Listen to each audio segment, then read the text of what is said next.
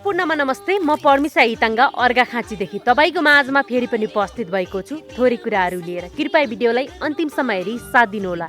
यही फागुन 21 गते हुन गइरहेको संसदीय चुनावको माहौल पक्कै पनि तपाईँको गाउँठाउँ जिल्लामा लागिरहेको छ होला। साथै घर दैलो कार्यक्रम गरेको पनि देख्नु भएको छ होला।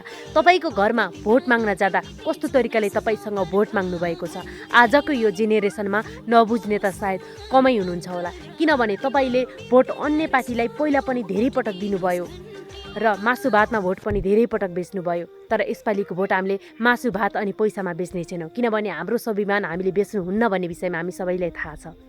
यसपालि अर्घाखाँचीमा पहिलो पटक घन्टी बज्दैछ। यो घन्टी तपाईँको एक मतले त्यही गुल्मीमा बज्नुपर्छ, प्युठानमा बज्नुपर्छ, पाल्पामा बज्नुपर्छ, साथै देशैभर घन्टी बज्नुपर्छ। साथै यसै अर्घाखाँची जिल्लाका प्रिय उम्मेदवार हरिप्रसाद भुसाललाई घन्टी चिन्हमा मतदान गरी निर्वाचित गराउनु हुन अर्घाखाँचीवासीलाई हार्दिक अनुरोध गर्दै मेरा कुराहरूलाई समापन गर्न चाहे। धन्यवाद।